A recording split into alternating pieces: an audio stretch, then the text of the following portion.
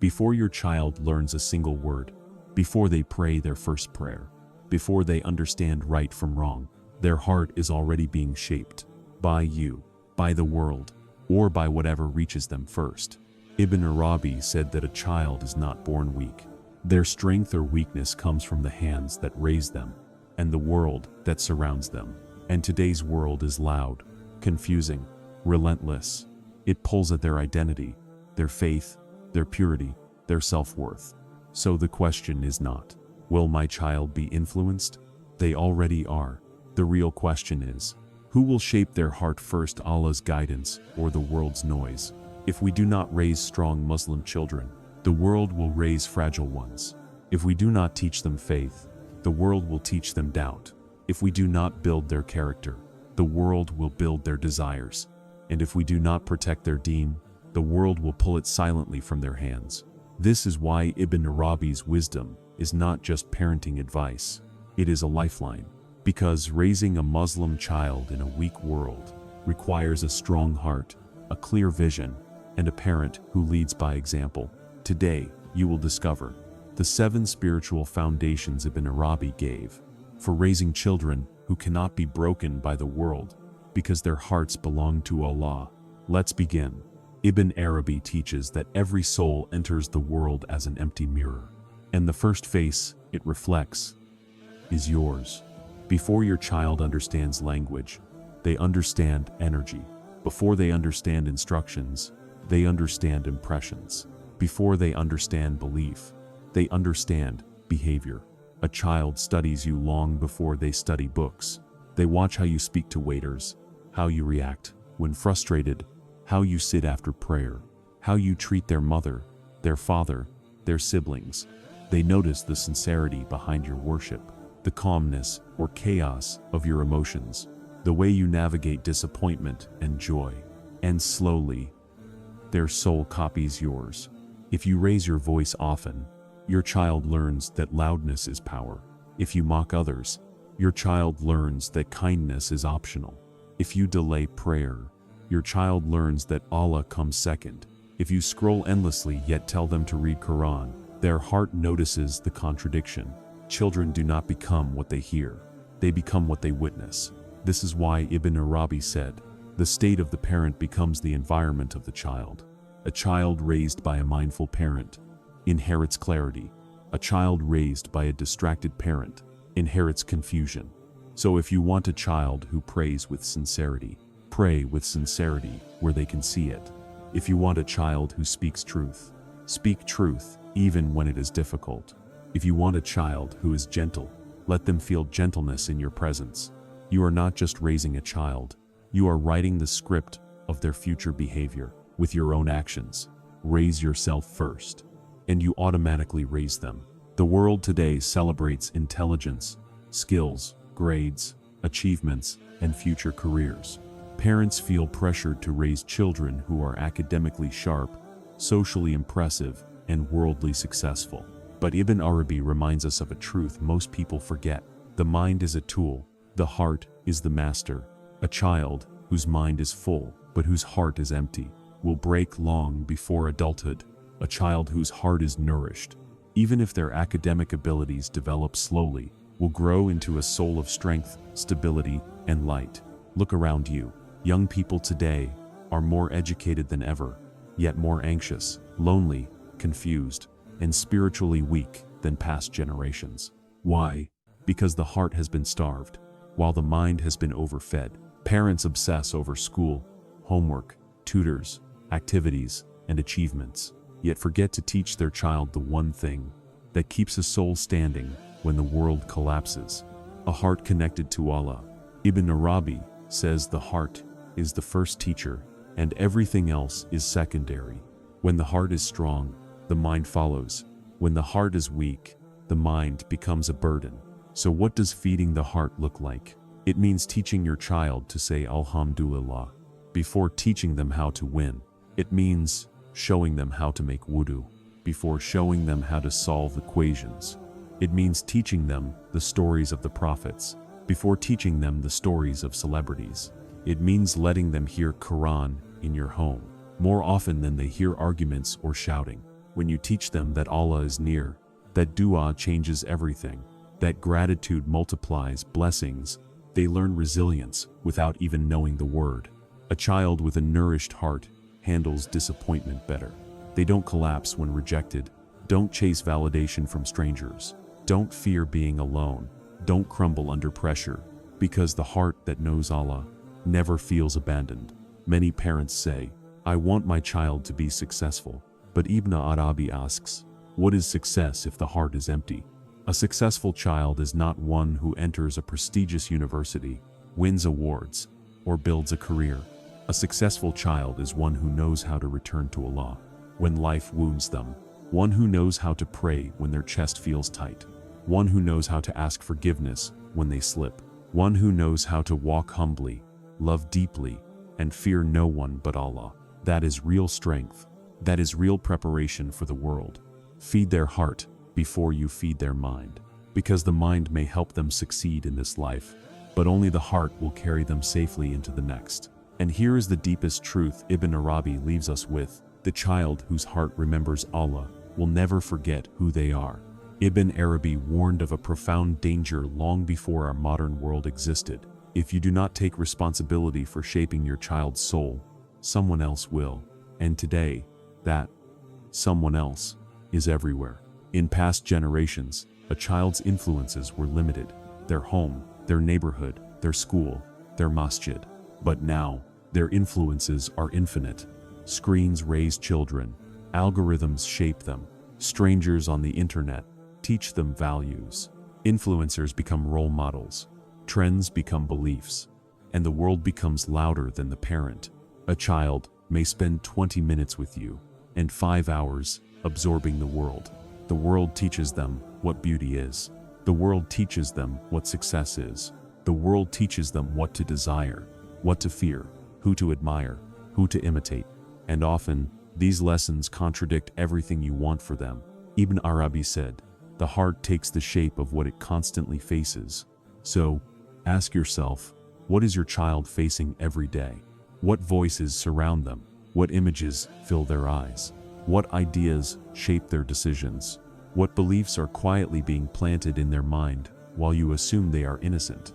Many parents wake up only when the child is older, when their heart has been shaped by 1,000 unseen hands. Your responsibility is not to control the world, but to outshine it, not with force, but with presence, not with fear, but with guidance, not with lectures, but with connection. Your voice must matter more to your child than the world's voice. Your wisdom must reach them before the world confuses them. Your home must feel safer than any virtual space they escape into. Spend time with them. Talk to them about their fears, their dreams, their questions. Let them ask anything without shame. Explain the world before the world explains itself to them. Teach them the meaning behind the commands of Allah, instead of simply enforcing rules with no heart. A child who understands why will obey far more than a child who only hears, "Because I said so." Guide them to see the world through the lens of the Quran, not the other way around. Let them know that not everything beautiful is good, and not everything popular is truth. When you do not teach them who they are, the world will teach them who they should pretend to be. When you do not build their identity, the world will sell them a new one. When you do not teach them values, the world will hand them its own. Values built on ego, desire, and confusion. You must be the first teacher, the strongest teacher, and the most trusted teacher, because the world does not care about your child's soul, but you must. And here is the deepest insight Ibn Arabi gives us. If you do not shape their heart with intention, the world will shape it with temptation. Raise your child with presence before the world raises them with pressure. Raise them with truth before the world reaches them with deception. Raise them with Allah before the world reaches them with everything else. One of the greatest crises facing today's children is identity. They do not know who they are. They know their name, their school, their hobbies, but they do not know their worth. Why? Because the world teaches them to measure themselves through fragile things: appearance, popularity, followers, achievements, approval. A single insult can destroy their confidence. A single rejection can break their spirit. A single comparison can make them feel unworthy. But Ibn Arabi teaches something revolutionary. A human being's value does not come from the world. It comes from the one who created the world. A child who knows their worth in Allah's sight cannot be shaken by the opinions of people. Your mission as a parent is not just to raise a child who behaves, but a child who knows who they are spiritually. Teach them early. You are honored because Allah chose you to be Muslim. You matter because Allah created you with purpose. You are seen, protected, and guided by the most merciful. You never walk alone. Allah walks with you. You are valuable even when the world overlooks you. When a child understands this, something extraordinary happens. They stop begging for attention. They stop shrinking themselves to fit in. They stop doubting their identity. They stop breaking when people disapprove of them. They walk with a quiet confidence because their foundation is divine.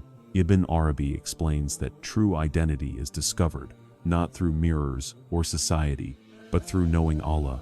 When a child builds their identity around Allah, their heart becomes steady. They know that beauty fades, success rises and falls, friends come and go, opinions change like seasons, but Allah remains. Imagine a child who enters adulthood with this clarity. Imagine a teenager who says, "I don't need validation. Allah already honored me." Imagine a child who chooses modesty, not out of fear of people, but out of love for Allah. Imagine a young person who walks away from sin, not because they fear judgment, but because their heart knows its worth. This is the strength Ibn Arabi speaks of, a spiritual backbone the world cannot bend. But how do you give your child this identity? Through your words, through your examples, through the atmosphere of your home, through reminders of Allah in moments big and small. When they fail, teach them tawbah. When they succeed, teach them gratitude. When they fear, teach them dua. When they feel lost, teach them that Allah never loses sight of His servants. Let "Who does Allah want me to be?" become their guiding question. Because when a child sees themselves through Allah's eyes, no insult can define them, no failure can destroy them, no praise can corrupt them, no peer pressure can move them. They become grounded, rooted, protected, strong, and Ibn Arabi summarized this truth beautifully. The one who knows their worth with Allah never seeks it from creation. Give your child this knowledge, and you equip them with a strength greater than the world itself. Ibn Arabi teaches that a child's innocence is not simply a stage of life, it is a spiritual trust from Allah, a light placed in their heart, fragile yet powerful, meant to be guarded, nurtured, and preserved. But today's world is not gentle with children. It does not care about innocence. It does not respect purity. It does not protect young hearts from darkness. Instead, the world tries to rush them into adulthood through screens, entertainment, peer pressure, trends, and ideas that are far heavier than their hearts can carry. Children are exposed to things that even many adults struggle to process. Images, conversations, behaviors, beliefs, temptations, and ideologies that can quietly corrupt a child's view of themselves, of morality, and of Allah. This is why Ibn Arabi warned, the heart that is exposed before it is ready loses what it cannot regain. A child's innocence is like fresh, untouched snow. One footprint changes its purity forever. Protecting innocence does not mean keeping a child ignorant. Protecting innocence means giving them age-appropriate knowledge, from a place of love and guidance, not from the world's noise and confusion. The world exposes, the parent explains. There is a difference. Your child should learn about life from you, not from strangers who do not love them and who do not care about their soul. Protect their environment. Protect their eyes from images that stain. Protect their ears from words that harden the heart. Protect their mind from ideologies that weaken identity. Protect their heart from friendships that mislead. Ibn Arabi said the heart is like water. It absorbs whatever enters it. What enters a child's heart in youth shapes the foundation of their adulthood. And here is the painful truth. Most children do not lose innocence by choice. It is taken from them by what they see, what they hear, what surrounds them. When no one thinks they are paying attention, A child who watches constant conflict at home loses innocence. A child who is exposed to inappropriate content loses innocence. A child who hears foul language or mocking speech loses innocence. A child who grows up in an environment of anger, fear, or neglect loses innocence. And every time innocence fades, a piece of spiritual softness disappears. But when you protect their innocence, you give them the ability to feel deeply, to love purely, to trust naturally, to pray sincerely, and to see the world through a clean lens. You are not sheltering them from reality. You are preparing them to face it with strength. A child who grows up slowly, with guidance, with purity, with emotional safety, becomes an adult who is grounded, emotionally stable, and spiritually open. A child who is forced to grow up too fast often becomes an adult who is constantly healing from wounds they never should have received in the first place. Protecting innocence is not about control. It is an act of worship. When you guard their heart, you are guarding a trust from Allah. When you protect their purity, you are honoring the soul He placed in your hands. When you stop a harmful influence, you are doing spiritual maintenance on their future. Ibn Arabi beautifully said, "The world races to stain the heart. The believer races to keep it pure." Do not let the world win. Do not let society decide when your child stops being a child. Do not let strangers write on the pages of their heart before you have written love, faith, guidance, and clarity. Protect their innocence, and you give them a light that will guide them for the rest of their lives. Many parents emphasize rules, discipline, and fear when teaching their children about Allah. But Ibn Arabi taught that the strongest hearts are never built on fear. They are built on love. Fear may stop a child temporarily. Love transforms them permanently. Fear may make them obey when you are watching. Love keeps them steadfast, even when no one is watching. Fear creates a Muslim who hides from sins. Love creates a Muslim who runs toward Allah. This is why Ibn Arabi's teachings focus on the heart's relationship with the divine, a relationship founded on longing, gratitude, hope, and closeness. If your child grows up thinking Allah is only a judge, they will hide from Him when they fall. But if they grow up knowing Allah as the most merciful, the most loving, the one who hears every whisper and responds to every tear, they will return to Him even when they slip. And returning to Allah is the greatest success a human being can ever learn. So how do you teach your child to love Allah? 1. Make Allah part of your daily conversations, not in a harsh or intimidating way, but with warmth. Say things like, "Allah gave us this food. Allah protected you today. Allah hears you when you're scared. Allah is happy when you try your best." These sentences plant seeds of love. 2. Tell them stories that highlight Allah's kindness. The story of Prophet Yunus and the whale, not as punishment, but as rescue. The story of Hajar, not as fear, but as belief in Allah's promise. The story of Prophet Muhammad, Sallam, comforting children, playing with them, making them feel valued. Let them hear stories where Allah's mercy outshines His punishment. 3. Show them by your own relationship with Allah. Children notice everything. When they see you making dua with tears, they learn that Allah heals. When they see you pray with peace, they learn that Allah comforts. When they see you turn to Allah in difficulty, they learn that Allah is the first place to run, not the last. Your connection becomes their connection. 4. Celebrate their efforts, not just their results. If they try to pray, praise them. If they memorize one ayah, celebrate it. If they show kindness, tell them Allah loves people who are kind. When children feel that Allah's love is accessible, they run toward Him with their whole heart. 5. Remove harshness from religious teaching. Some children grow up hearing, "Allah is angry with you. Allah will punish you. You will go to Jahannam if you do this." These words may control behavior for a moment, but they damage the heart for a lifetime. Ibn Arabi says, "The heart does not open from fear. It opens from longing." If a child fears Allah more than they love Him, they will pray without peace, obey without connection, and grow into adults who worship out of anxiety rather than affection. But if a child loves Allah deeply, they will seek Him in joy and in pain, in ease and in hardship, in success and in failure, because they know they are loved. 6. Teach them tawbah as an act of hope, not shame, when they make mistakes, and they will. Teach them the beauty of repentance. Tell them, Allah loves when you return to Him. Allah forgives again and again. Allah's mercy is bigger than any mistake. A child who knows how to return to Allah will never be truly lost. 7. Make worship beautiful for them. Pray together as a family. Let them choose a small dua of their own. Let them hear Quran recited softly at home. Let worship be associated with warmth, safety, connection. Make Salah a moment of peace, not pressure. Make Quran a source of comfort, not a chore. Make dhikr a natural part of life, not a forced ritual. 8.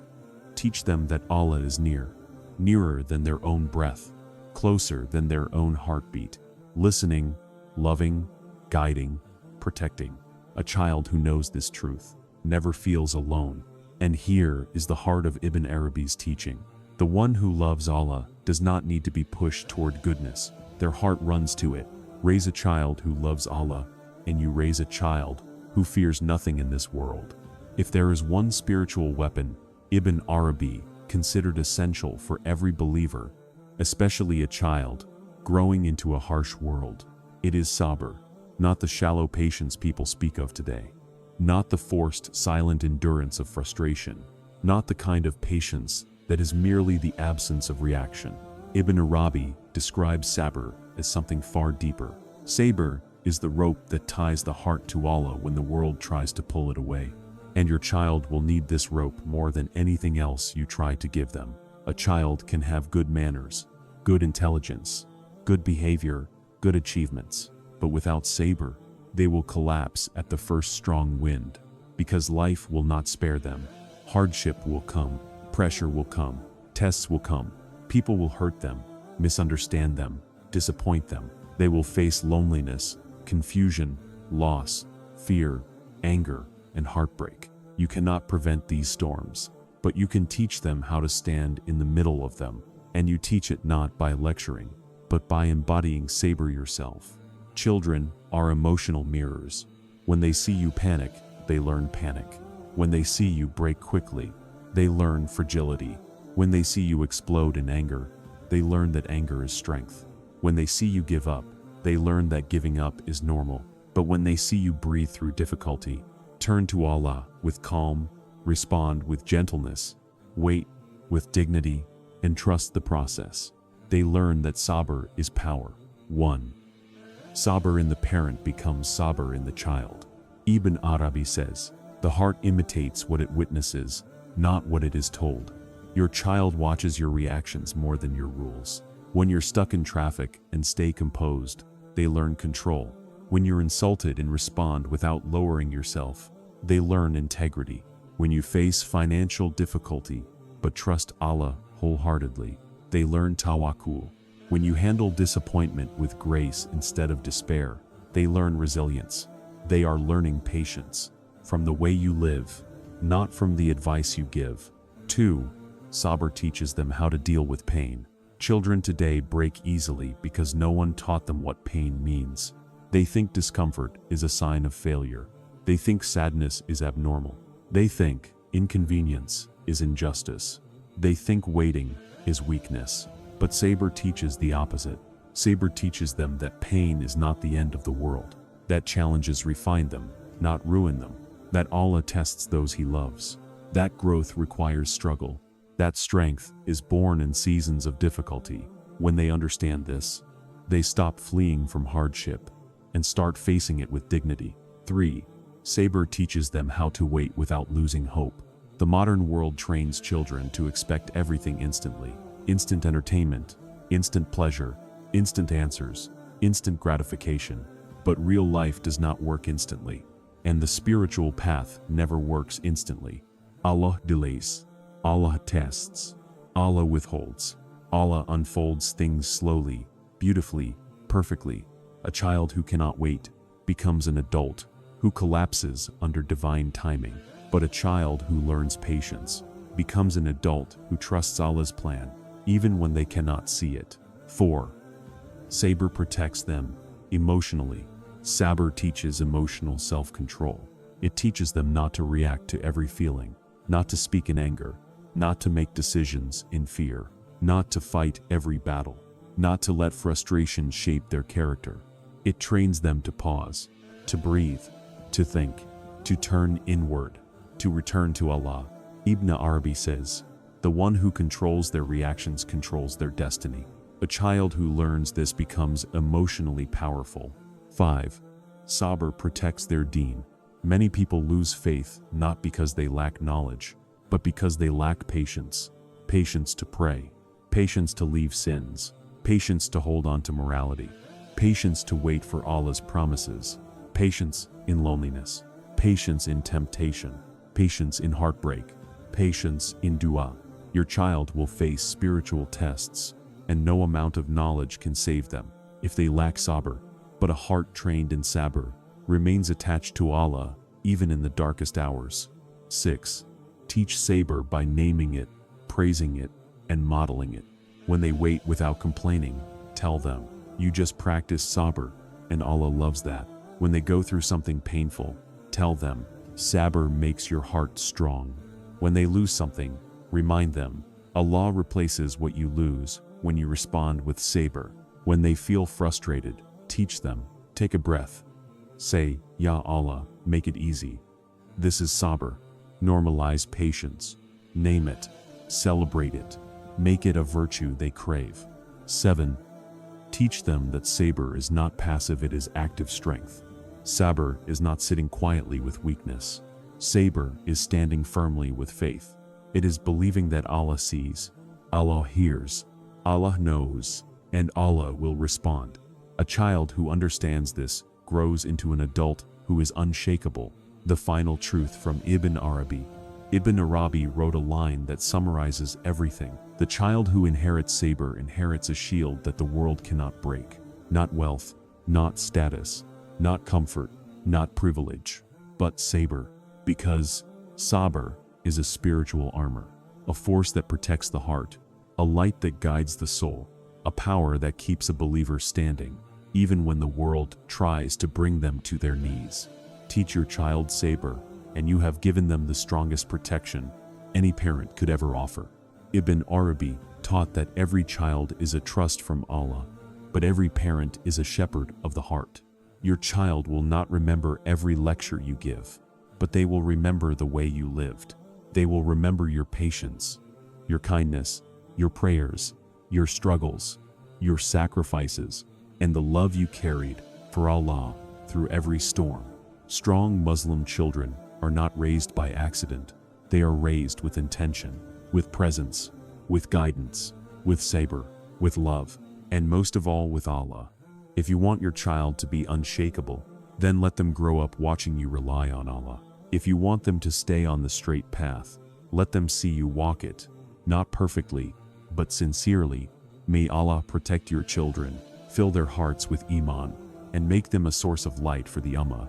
If this message touched your heart, support this work by liking the video, subscribing to the channel, and sharing this message with every parent who wants to raise strong Muslim kids in a weak world. Because when you strengthen a child's heart, you strengthen the future of the entire ummah. Until next time, may Allah keep you steadfast. May He protect your family, and may He guide your children to become everything He created them to be. Amen.